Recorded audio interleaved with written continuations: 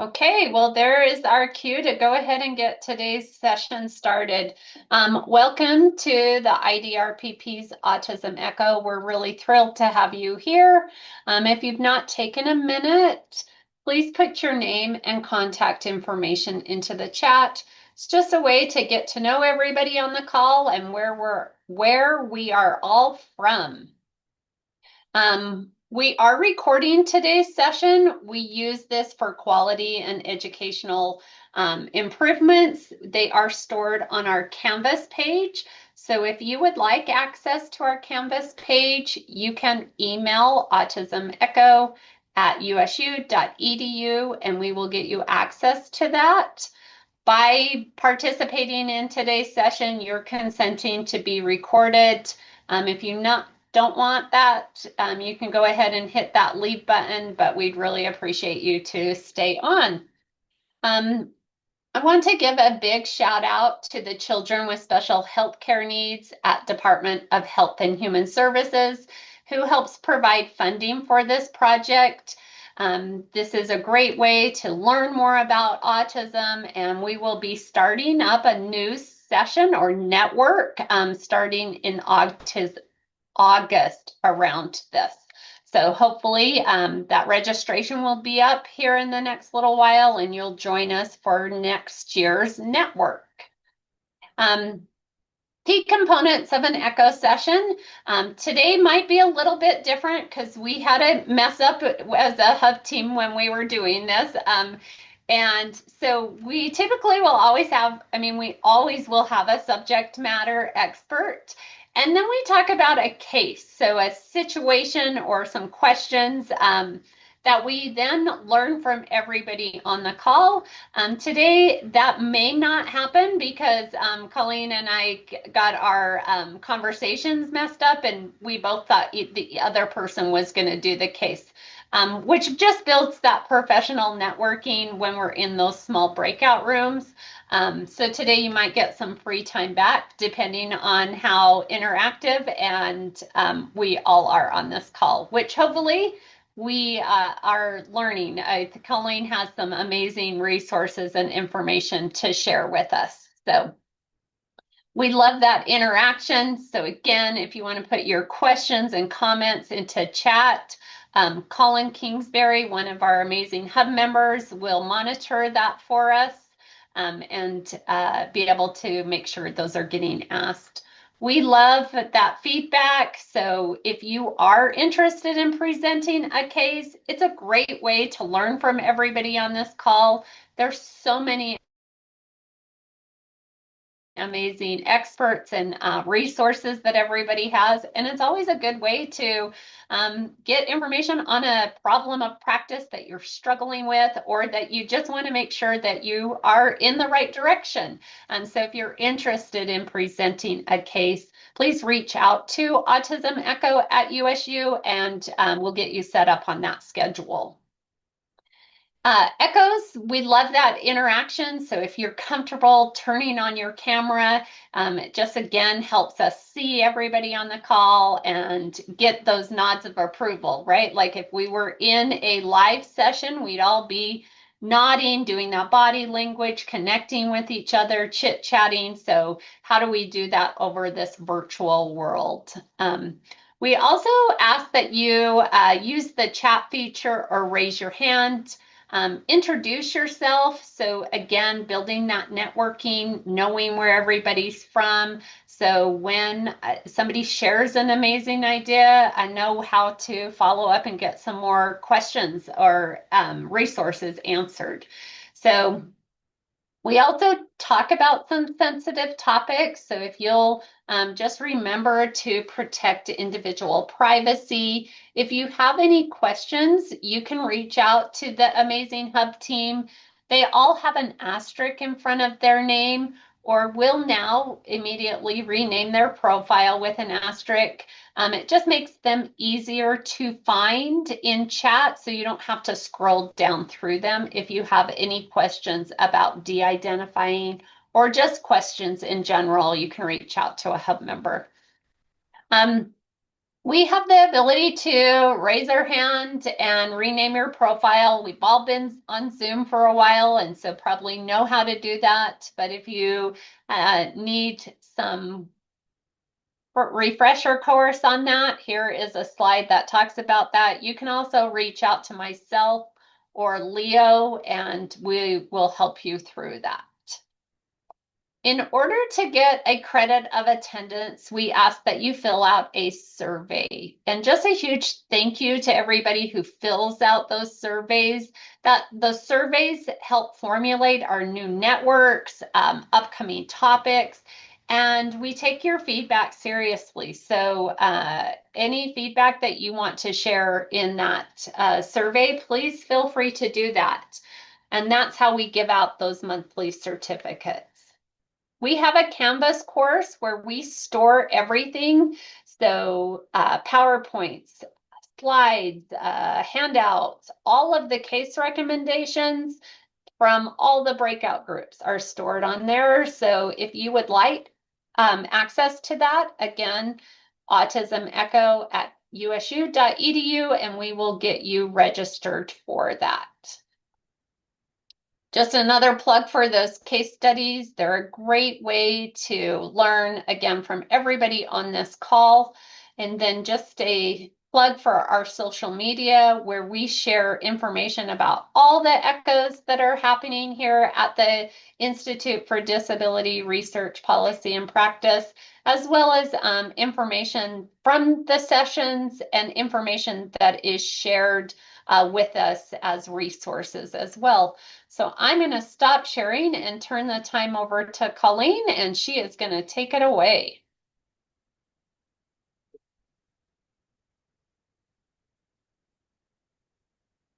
And Calleen, if you're talking, you're on mute. Okay. Not yet. Now I am. Gotcha. Okay. Awesome. Okay. So again, typically we would title this, when would you call the Utah Parent Center? When would you call for specific resources? And so the answer to this first question is whenever you see or know a child or a family that has someone with a disability or a learning disorder that does need support with any medical transition. So especially if they have questions about support services. And that was, in the title for this echo in financial situations with the programs through the Social Security Administration or for information on respite. So just as a quick introduction, I am Calleen Kenney, and my oldest daughter, Maya, she's now 27. We found out actually pretty later in her life that she does have a genetic condition called Phelan McDermott syndrome. But it is what contributed to and causes her very severe level 3 autism, additional mental health disorders, and other developmental delays. Pretty early on in our journey, I met with some other kind of crazy moms, and not knowing any better, I got pretty involved with autism advocacy pretty heavily in our state. And after volunteering for about 20 years for various organizations, I now work at the Utah Parent Center. So I do help support a network of volunteers across our state that help families advocate for and provide events and support to individuals and families on what we call the DSPD services or on our Utah Medicaid waivers wait list. And I'll get more into that later.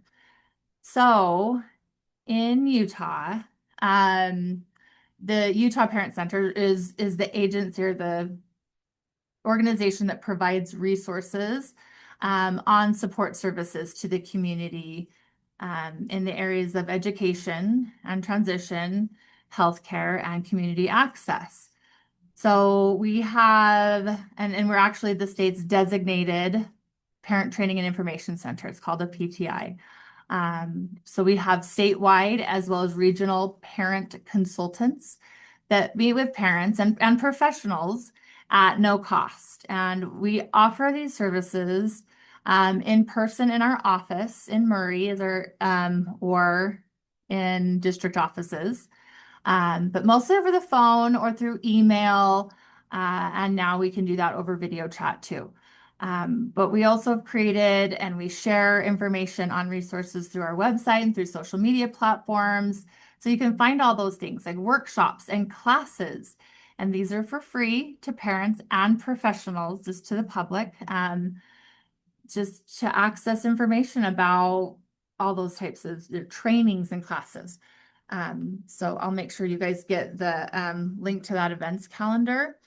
But a little bit more about the people who provide like that kind of resources is that just like me, all of our staff are primarily parents or caregivers of children with disabilities. And so, we do have that unique perspective of being parents ourselves.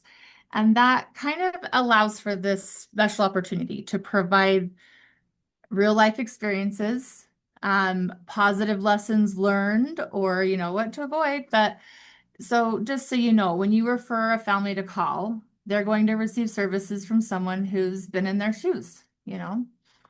Um, so again, specific to Utah, we have also expanded support to families in education through support services in specific school districts and charter schools in our state. So our kids, we were talking about IEPs and 504s and consultations for educational services, and I'll explain that in a second.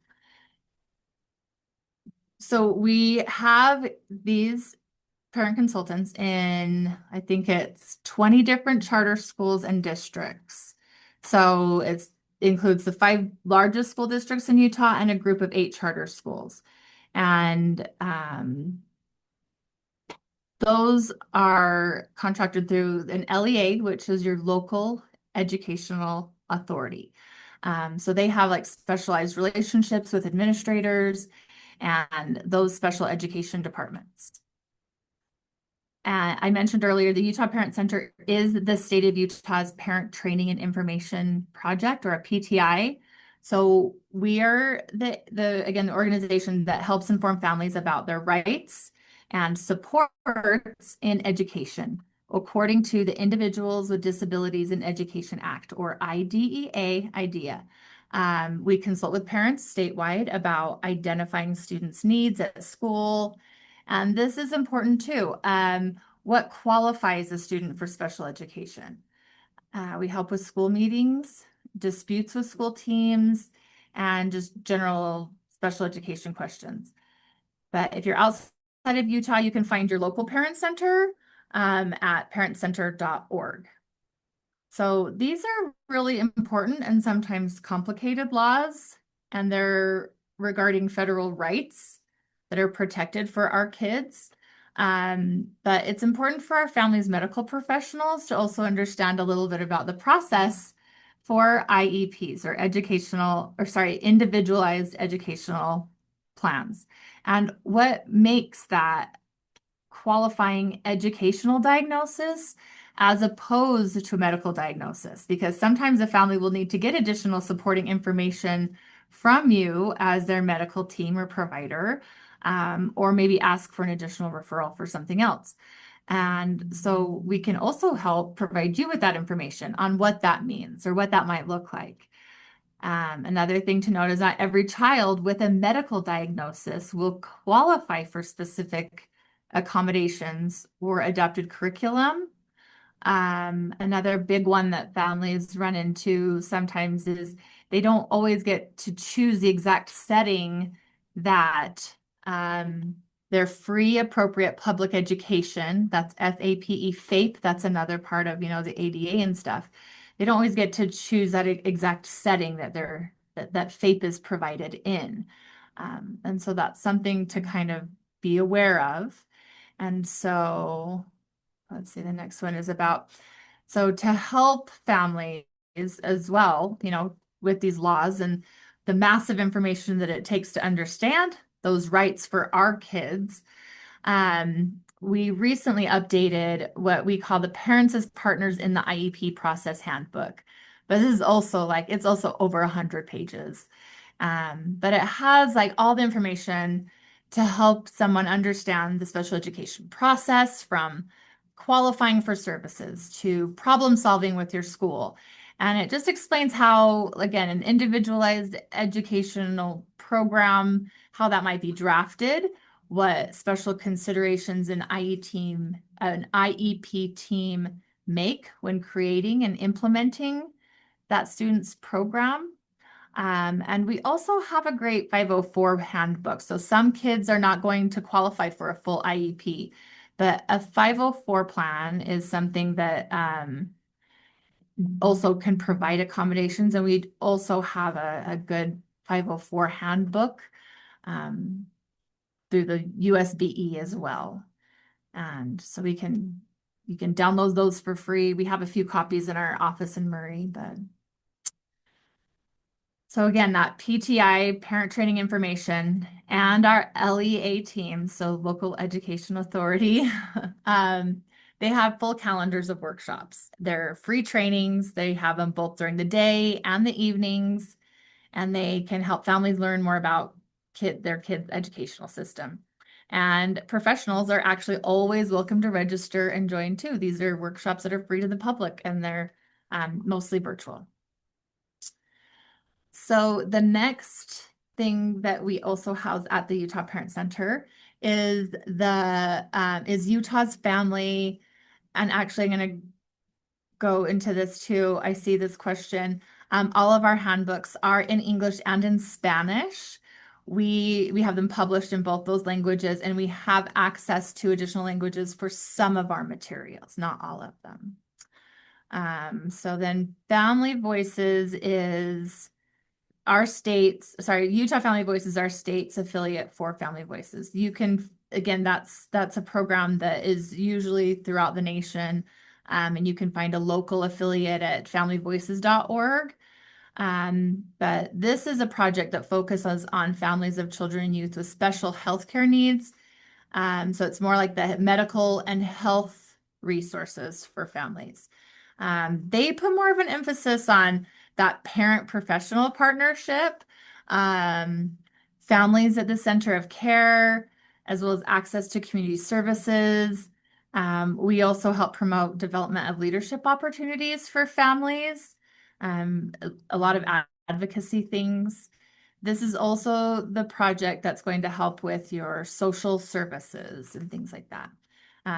So they also have a full calendar of free workshops because we're also familiar with a lot of, again, these basic situations of things like the Social Security process. We can help support families with those applications as well. So we can't help fill out an SSI or SSDI application for an individual, but we can have like a private consultation with them. We have private consultation rooms. We can provide laptops that families can use at our office. And we can help answer most of the questions about the application sections and some of the more typical correspondence that follows. So because some of the questions are pretty basic, as well as a lot of the miscommunications that happen. So social services are for sure an area of our medical professionals also need to understand, because just like an IEP, not all families are going to qualify for funding through the Social Security Administration based on their child's disability diagnosis alone.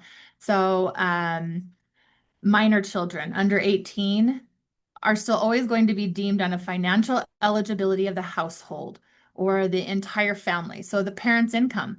So if the parents make too much money, it might not matter what disability the other family members have. It's also important to understand that there are very specific definitions of disability or what qualifies as a disability under each diagnostic code. So, I mean, not just autism, but things like Down syndrome alone does not mean a person is disabled. A diagnosis of autism will not deem an individual disabled or qualified for supplemental security income.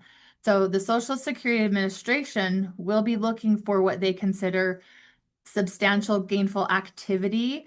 And that's one of the more common things that I did when I worked on this project, is just kind of help families learn about what qualified their diagnosis as a disability. so that they knew why they were not going to be eligible for certain services. So again, Family Voices, they have a lot of resources for both SSI and SSDI, so disability, which are actually very different programs that we can help families kind of sort out a little bit. Another one of our favorite workshops is, at least when I did it, was Healthy Bodies. And this is a maturation class for parents.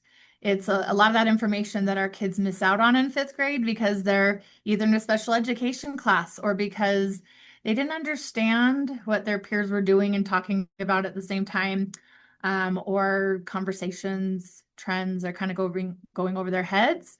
But it's a little more exposure therapy that no matter where our kids are developmentally, they're still going to go through puberty with their peers, sometimes precociously due to their diagnosis or their medications. But it is kind of just maturation, hygiene, abuse prevention. We also do a whole autism series in April where we talk about Autism 101. Like, what is it? What kind of therapies are available? Really basics. And then we also have a parent panel as well as an lived experience panel. So individuals that are autistic, we have a panel with them throughout the month. It's a great series. It's a fun thing that I look forward to every year too. So sometimes those projects or workshops either get so popular or so big that they've turned into entire projects of their own. So transition services is kind of one of those topics that the PTI project and Family Voices, we're always working on together to teach about the different aspects of transitions into adulthood. But that's such a huge process. And with so much to develop and learn, we created an entire project just for a transition university. So in Transition University, families and individuals, they get resources and supports in all those areas that are related to youth transitions to adulthood. And typically we start that around the age of 14. And that's when families do a transition IEP at their schools. And so we really want families to start looking into more services at that time.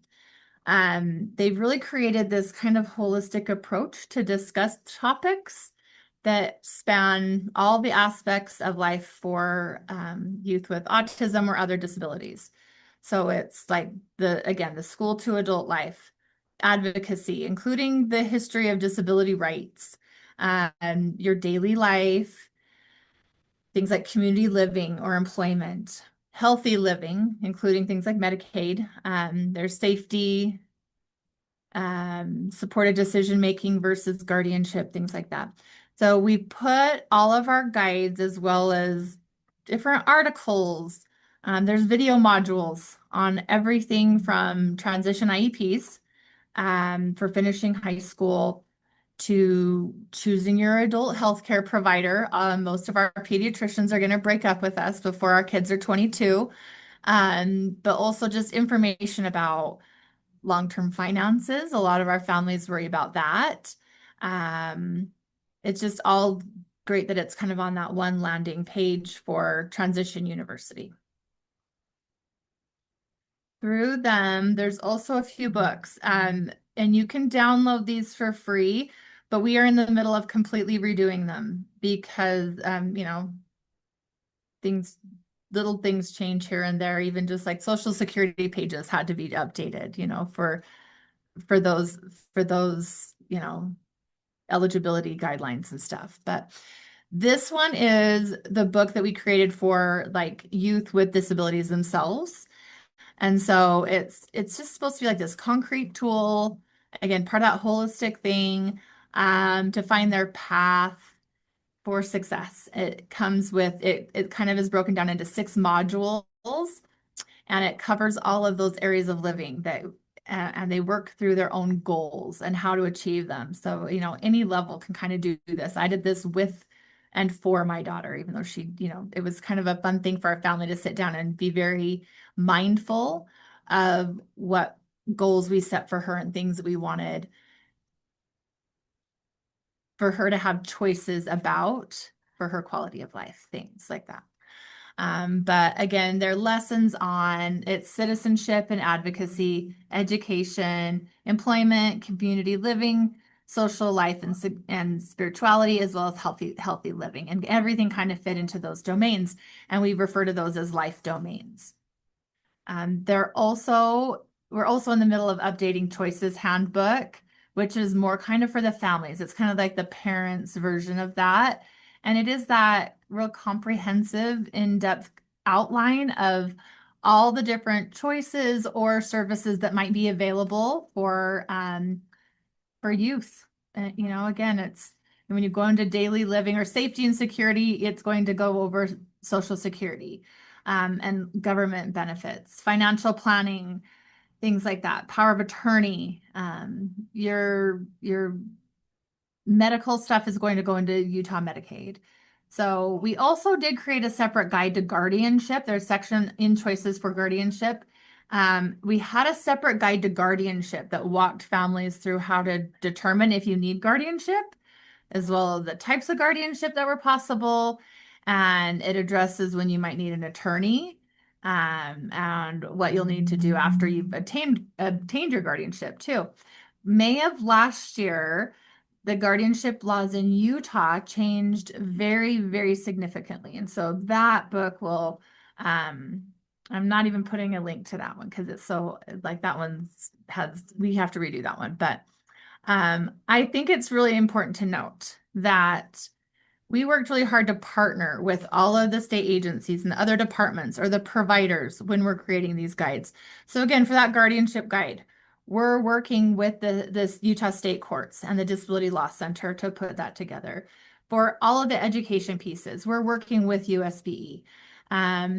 For employment, anything employment section, Utah State Voc Rehab is writing that section with us. So our local Social Security office was involved in supporting those sections of the Choices Guide. So I think that it's neat that, again, we have that networking ability. We have that information for families that's available and that we can help support them with that. We also provide each month what we call TU Tuesday. We talk about each of those different life domains from the guides. And then if you notice the color changes, our guides are also color coded to correspond to those life domains. And Transition University also hosts what we call our Youth Advisory Board, which is self-advocates 14 to 22. And we help them just get more involved in the community. That's pretty fun. Another project that just got too big for one or two workshops or even a series of workshops was because of how popular maturation and healthy relationships classes was, we created what we call Tetons. We love a good acronym, right? So that's it's teaching, empowering, training, navigating sexuality and healthy relationships. So these are classes that are taught in a series. So participants become part of a cohort. They learn together about consent, what different relationships look like, what safe online behavior is. Again, all that great stuff that a lot of our kids miss out on in general classrooms or those other social settings, or because our parents and teachers forget that these are still autonomous human beings with human emotions and feelings, and we do need to get lessons on that. This morning, we had a really great, actually, they've turned this into curriculum that is available for caregivers as well. This has always been something that was created for self-advocates and individuals with disabilities, but they've actually created something for caregivers and families to do too. I think that's great. So another thing we put out each year is a summer resource guide. This can be super important for families if you've ever need to find local community programs available to kids with autism or different disabilities near you. We put this out the beginning of every summer, but it provides just tips for inclusivity, available private and public programs that families can access. And sometimes they're year-round programs because of who's facilitating them. And then we've also have it organized by region. And then the last thing I really wanted to touch on, not last thing, but it is about respite because unfortunately for most families, respite funding is hard enough. But providers to support families are even harder to find. So, DSPD, or the Division of Services for People with Disabilities, is the state of Utah's Medicaid waiver program that funds, that social model of care, like respite programs in our state for individuals with disabilities. So Utah has 9 disability waivers. 3 of those specifically serve children, and only one of those actually carries over to serve individuals throughout their lifetime. Even though, again, more of those 9 waivers will serve adults. But our HCBS waiver for community support, so home and community-based waiver, which is the funding most families of children with autism hope to qualify for. Those are the services the families of kids with autism usually qualify for. It holds a waiting list of almost 7,000 individuals. And some of those individuals they might wait 7 years or more very frequently to come into services. A lot of families come off earlier than that. There are, emergency avenues, but that is the reality of funding for those types of social supports. So the program that I work for is the Family to Family Network, and it's a parent support, network run by volunteers. And it's, we try to educate families, but also, just provide that support to people with disabilities, especially those who are on the waiting list or who are in services with DSPD. I currently have 17 volunteers in 10 counties. I have 2 Spanish-speaking volunteer leaders. Um, but this helps us kind of keep better track of businesses and services that provide natural supports for families in their local communities. Sometimes it's respite. I know that, we have some gyms and different providers that do drop off respite. It's not always free. Sometimes it is.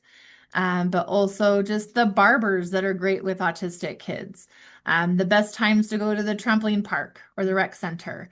They help us plan meetups at parks. They do inclusive Easter egg hunts in a lot of our counties, or just other local events for, the disability community, especially in our rural areas. So we kind of keep each other going and try to make sure that we don't feel so alone, or that, you have some resources while you wait. And then once a person comes into DSPD services, or known as, coming off the waiting list, we also do have this handbook about home and community-based services. And that's what gives information about the Division of Services for People with Disabilities, understanding your budget, how to hire providers, including how to, pick out a support coordinator. That's a big one for families. One of our first jobs is to, pick this person who's going to guide us through these services, and how to kind of interview someone for that. Person-centered support plans, which actually is covered in our choices and in our successful transitions guide, because I think it's important for families to kind of have an idea of what that looks like anyways. The person-centered support plan is something that, again, DSPD specifically uses, but I think that all families can put those together, again, just to be really extra conscious and mindful of the things we can teach and our kids and help prepare them for. But this just guide really helps navigate supporting someone with a disability to live their best life. Another thing that we recognize, that autism and other disabilities are going to affect the entire family, and that includes other siblings. So throughout throughout the country, there's very few, but you can find certified SIB shop providers. We do have them here at the Utah Parent Center. So if you haven't heard of SIB shops, they are free, they're fun. They are game-based support groups for siblings of kids with disabilities. But because we can't just keep anything small, our sibling project also has expanded to create a prompted sibling journal that you can again download for free. Or we sometimes have hard copies of those in our office. But they also created a caregiver transition notebook. So this kind of led to there's a Facebook group for adult siblings that will become caregivers because a lot of us have been in this for the long haul. And so as our kids grow up, so do their siblings. And we've recognized that we have two siblings on that project of um, that are just incredible. It's great. So we provide those types of services too. We also host this website. This is called Autism Across the Lifespan. And it's a platform, and I'll have to get the website because it's not that. Sorry, and I thought I had a link to. I thought that had a QR code too, but it has community tools and they're all tailored for, again, every single stage of life because we wanted to make sure that individuals and families were supported well into adulthood. Um, for families that are just kind of either new to a diagnosis or to a phase, we've learned that the families who need this kind of support aren't always like, "Ooh, I just got my diagnosis last week." Some of these parents come and they're a good few years in, or they're like, "We're going through this new phase. We don't know what to do." So, anyways, what the next steps parent support group is, it's free, it's parent to parent. It's a safe, welcoming place for parents, either again, navigating a new diagnosis or who just need to discuss daily life management. They're virtual. They're held the first Tuesday of every month. So whether like you have a family that just feeling overwhelmed or maybe confused, we have someone who gets it. We usually have at least two or three parents from our different projects. So we have a lot of resources to provide as well. But we also have it set up with like a revolving schedule of themes just to kind of help guide discussions, but it is not a formal therapy driven or therapy based group. It's kind of like, there's like today we're going to talk about the holidays, or today we're going to talk about, how we disclose to our family and friends about the diagnosis. I think this next month will be on cultural challenges. So there's that if you want to share that as a support. And like the question earlier, again, we offer all of our consultations and workshops, at least in Spanish, and we have other languages that we can translate to by request. And we also just have, like, you can request all kinds of workshops or trainings through our website too. If there's something that we haven't done before or that's not already created, you can request that, especially for professional development or for those types of trainings. If you feel like there's something that I forgot, or you go home later and like, man, I wonder if there's something like that might come up, you can just follow us along here. We have a really great, cute girl that does our Facebook and our Instagram. She's even on like Pinterest and LinkedIn and does fun things on TikTok and YouTube every once in a while too. And then actually, instead of this one, I can put back up because I can put back up mine, maybe. But some of the other things like we can do like a big group case study from what we talked about. Or we can just go into questions because that's what I had like formally. You want to go into questions formally or what? Yeah, let's do Okay. that. All right. And this will be, I'll do it this way because I thought I could just slide it along. But I'll put this one up for now, just in case someone needs that. Okay. So am I just opening it up to questions, Colleen? Is that how you want it to go? Sure, Do sure. you have Well, we only had I think I answered the one question as we went along, right? Mm-hmm.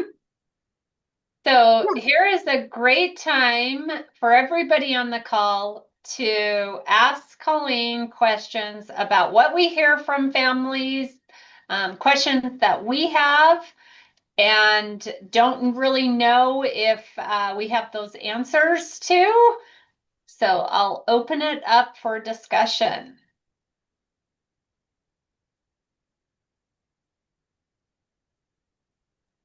I'm sorry, I can't find my hand raise button You're right you're now. good. Um, Good. I want to go back to something you said at the very beginning when you were talking about the differences between a psychoeducational diagnosis and a medical diagnosis. And I might not have caught it exactly correctly, but I think it was something about if they get a medical diagnosis, the school couldn't deny, or I don't remember exactly along that thread. But I have some families that will get a medical diagnosis from a psychologist, and the schools will say, well, and I agree with this part. The psychologist might recommend the school should do this or, this, and the school says, no, we determine eligibility on that. So just because the psychologist recommends it, it doesn't mean we're going to do it. But then I also see families being denied services because they feel like even though the child has a diagnosis that they're doing, sort of okay. Correct. So Unfortunately. that has been a struggle for me. And it's also been a struggle with the new potty training law Yes. because, And yeah. yeah. So I don't know if anybody has any thoughts or, things like that would be helpful to me because I try to be careful how I explain it to families because I want to be an advocate for them. We're all Yeah. on the same team, the school's on the same team, but sometimes I really get like mad at the schools and I have to like, we're all on the same team, how can we meet this need? But I see a lot of kiddos, I feel like not being able to advocate the way um, that they need because the schools are telling them no. So, Gwendolyn, Yeah. thanks for that question. Colleen, I just want to restate that. So, Gwendolyn, your question is how can we help navigate between the school district and a diagnosis? And what's some great ways to say that? Is that what you got, Colleen? Yeah. Okay. And I think in a lot of these cases, and I will admit that's why I put this slide back up. I am not part of the educational team. So these consultants, they get sent to our law conference every year. They do learn about these things very well. But they are moms, they are parents, they are there to help families learn how to advocate for this. And in so many situations, again, even back to our medical stuff, it is about understanding what eligibility means and why they either are or are not being provided the service. But for an educational diagnosis, it does depend more on what does this diagnosis or disability or what is the request meaning for, again, the educational setting. So if my kid comes home and has a fit and I cannot control them all, at home, but they're not seeing those behaviors at school, they're not going to make accommodations for those at school. It's not that they don't believe me that my child is struggling at home, but they're not going to take that into account necessarily. That's just like one example, kind of. So it's how does this, diagnosis affect their education? So that's why, again, the diagnosis alone on paper, black and white, doesn't equal an IEP or doesn't equal them having a right to an accommodation. Gretchen, Yeah, also, I was just going to say, I work with Calleen and I work at the Utah Parent Center. And I think that's all of our educational consultants are really familiar, like Calleen said, with all of the laws and the layers. And so oftentimes it helps to have an advocate in the room with you. And so that's why it's important to refer your families to a center like the Utah Parent Center, because we have to understand that schools, they do have a little bit of a conflict of interest in terms of providing services because they cost money. And so that doesn't mean that you're the kiddo that we're talking about or the person, the family that we're talking about doesn't have a right to services. They might very well. They might just need somebody in the room who understands their rights and will be able to help them advocate. So that was just all I wanted to add. and I mean, and I want to make a huge plug for that and for our consultants, but not all areas have someone who can come to an IEP with you. We will still give you information. We will still give you, the best advice and brainstorming that we can. But I would also encourage families to always take a buddy. You know what I mean? Don't ever go alone, even if it's like somebody from your Relief Society, your next door neighbor, anyone to just sit in that seat next to you. It really does make a huge difference. Well, and understanding your rights, right? Yeah. And understanding why the school might be pushing back versus, what resources are really available. Yeah. And yeah, unfortunately, we can't go off of a referral just from you. You know what I mean? Just like I couldn't call a doctor's office and say, hey, I really would like you to reach out to my neighbor. They're struggling with this medical thing. I unfortunately can't call your patient on your referral. They do have to reach out to me. If you can get them to call with you or get their permission to have someone to call, that's different. So Colleen, I'm going to pause you for a minute. Yeah, sorry, I'm I'm going to reading. read that You're question right. Sorry. just so everybody knows Yeah. that. So what Colleen is asking is that Alondra has said, I've called on behalf of a parent and asked for the parent consultant to reach out to this family, especially for her non-speaking families.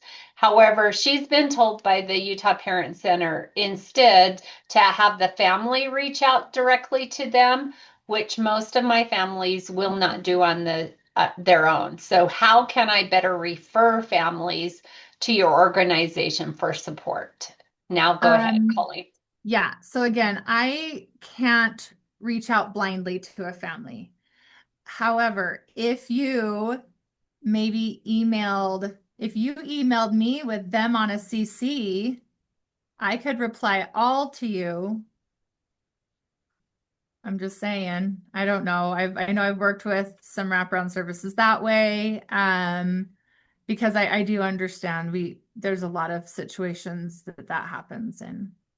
Especially when we're asking for, oh, can we get your zip code? Do you have, like what is like there is some demographic information that some of our administrators ask before it comes to our call log. Yeah, that's a great way to address that. What can you do with the family instead of for the family? Yeah. Then Jennifer says that she has often joined family members in different states for their child's IEP and 504 meetings via Zoom. And it's been very helpful to then be able to interpret what was said during the meeting. So going back to inviting that partner. I love that. And Jennifer's a BCBA. So I also have used my behaviorist and my RBTs and my, my staff that way. Maya's first few IEPs in the public school system, because she was in middle school by that time. Oh yeah, I took a team of like 12 with me. I'm not kidding. Like I was that mom because I was like, but anyone willing on that level to go with you, that's amazing. But yeah, a lot of ABA companies would be willing to help because that that is a bigger, better picture of, again, like what the child, not just their support needs, but what supports they have, the people who are watching them in our community. That tells the school a lot. It really does, so. Right. And I would just caution, because I think, Gwendolyn, your point of view said the families and the school district and everybody is on the same team. Yeah. Helping the family, also letting the school district know that they're doing invitations so it doesn't set the school district up on hackles too. You should. There's a form you fill out. It's Yeah. not even just courtesy. It is part of the process. You know what I mean? But yes, like we're all on the same team, and you list who you are inviting. And it can just be, like Joan Hill from next door, or, like family friend. That is okay. It doesn't have to be like my therapist or somebody. It can literally just be family friend, babysitter. So Yeah. Yes. Great. Okay, Natalie, I see you have your hand raised. Yeah, two things. One thing is, Colleen, do they have to allow virtual visitors? I've had it denied before, and I'm just curious, because I'm far away from some of my patients, and they're like, nope, they can't attend virtually, but they can come in person. So I don't know, is there a law, or do we just have to hope that they're nice? you would have to check with Natasha or Roz about that. I'm not Okay. sure. Okay. And then I had one other question. And now? Oh, about how to invite, how can you hook up families with Utah Parent Center? Another way that I think might work is if, like, I can set up a virtual visit with my family and then also invite UPC. And so then all of us are in one meeting. So that's just another idea on how you can get your families hooked up with UPC. Yes. Yeah, that's a great one. And I think, Natalie, you brought up a really good point of, the better the relationships are that everybody has together, the easier or more accepting people are going to be, whether it's to let somebody join an IEP via Zoom or having Utah Parent Center join. All of those things are bridging those relationships. So I know we've talked throughout this Echo Network, how do we bridge those conversations and build those teams? So going back to some of those resources. Colleen, I know you answered this in the chat, but I just want everybody to be aware of it. So Leo had asked, are most of the services at the Utah Parent Center free to families and community members? And are there eligibility requirements for these resources or programs?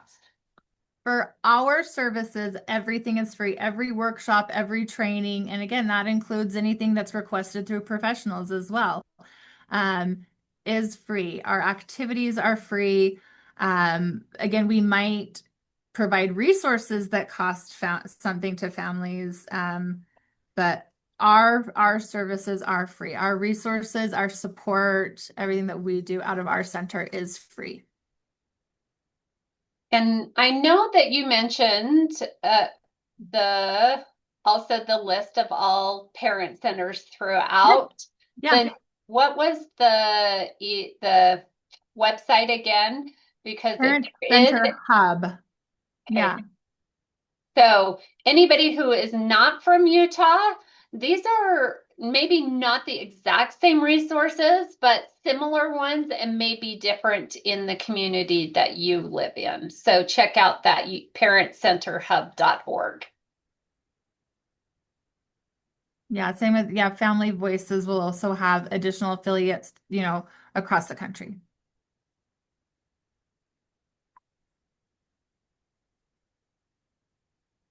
Again, this is your time to utilize all the experts on the call to get our questions answered.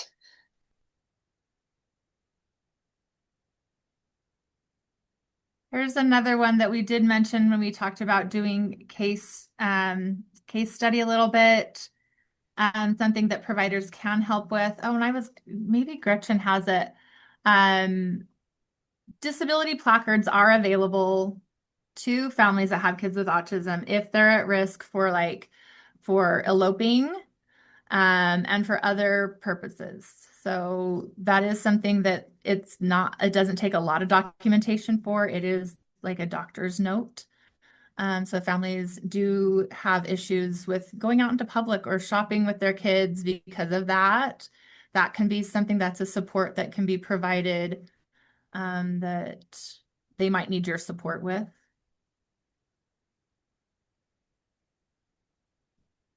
Okay, so Rose is asking, who do we contact if we would like to have you do a presentation for their team? Yeah, it's actually, let's see, I'll put that up too.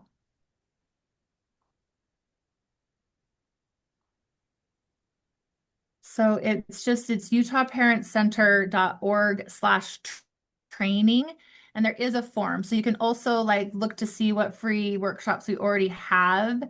And if there's not one that is built that you want, we might be able to create something. Or if you do just want a Utah Parent Center orientation, we do those for professionals, for organizations, things like that. And you guys, Calleen, also put on this Parents as Partners workshop throughout the state of Utah. Is that still accurate?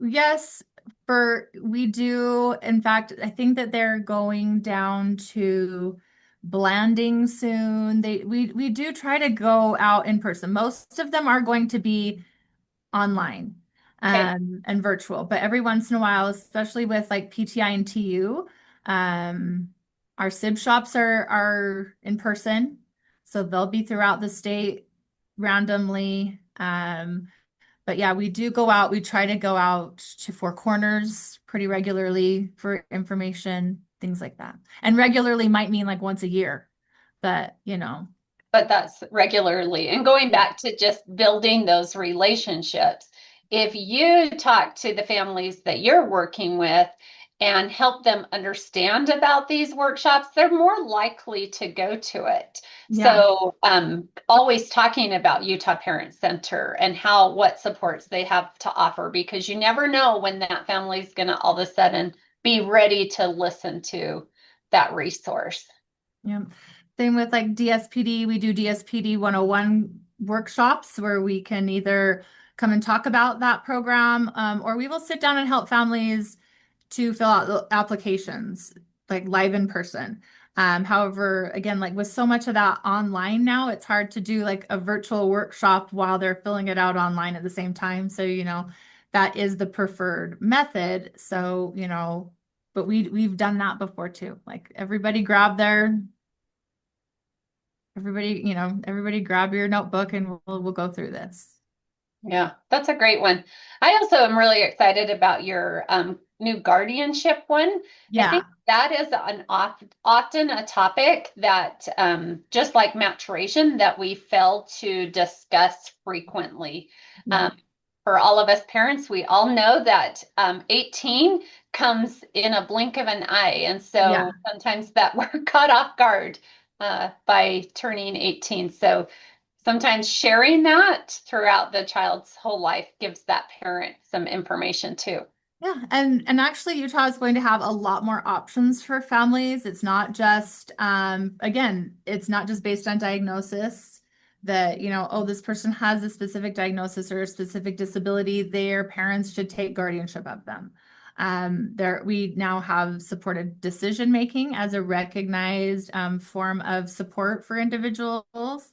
There's lots of different things that the court system has created now, and that again, we're helping to be part of and hoping to make easier for families. So yeah, great. Other questions or comments that people want to come off mute and ask or put in chat?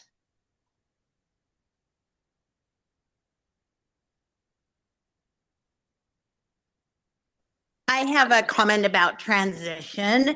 And it's just because what you just said, more people have to talk about it. You guys, my experience with working with families is that they don't want to talk about it until it's almost too late. Like finally, and so the more of us, like early intervention, everybody that's working with people in the community with disabilities or developmental delays, please start talking about transition, because it is hard to get parents there. And then suddenly it becomes an emergency because they didn't want to talk about it until 2 months before their kid turns 18. So please talk about it and talk about how important it is. So anyway, that's all. My soapbox. Thanks. Transition and maturation are two of the things that we always say, talk about it early and talk about it often. You know, so again, it is important. Just because your IEP says start at 14, that doesn't mean that you can't start thinking about things earlier than that. But I think that 14 is such a great age to, to start thinking about that. And for a lot of our typical kids, it'd be like, oh, you don't need to decide what you want to do when you grow up. But for a lot of our kids, it's going to take 4 years to either, learn a skill or learn an independence to be at a certain place. And then you can make other decisions. So again, it's starting those conversations early. Yeah, I agree. The more that we can have conversations about a variety of topics, the better all of us are going to be around it. Terry, you have this question about, since this is being recorded, can we rewatch it? If you want to reach out to Autism Echo at usu.edu, we will get you access to our Canvas page, and that's where you can locate the training recordings. Let's see. Other questions or thoughts that people, like I said, sometimes we don't have this undivided attention from the Parent Center, and we have Calleen plus Gretchen on the call. So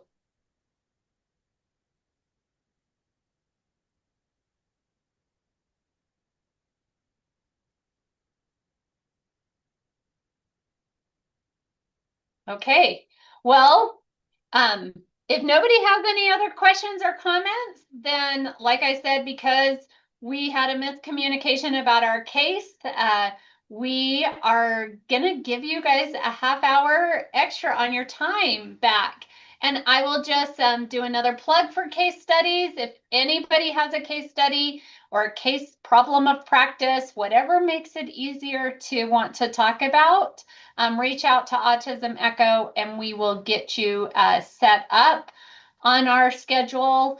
And also look out for the registration for our new network that starts in August. And hopefully we will see you next month at the last session of this network, where we will be having Dr. Casey Clay talk to us about behavioral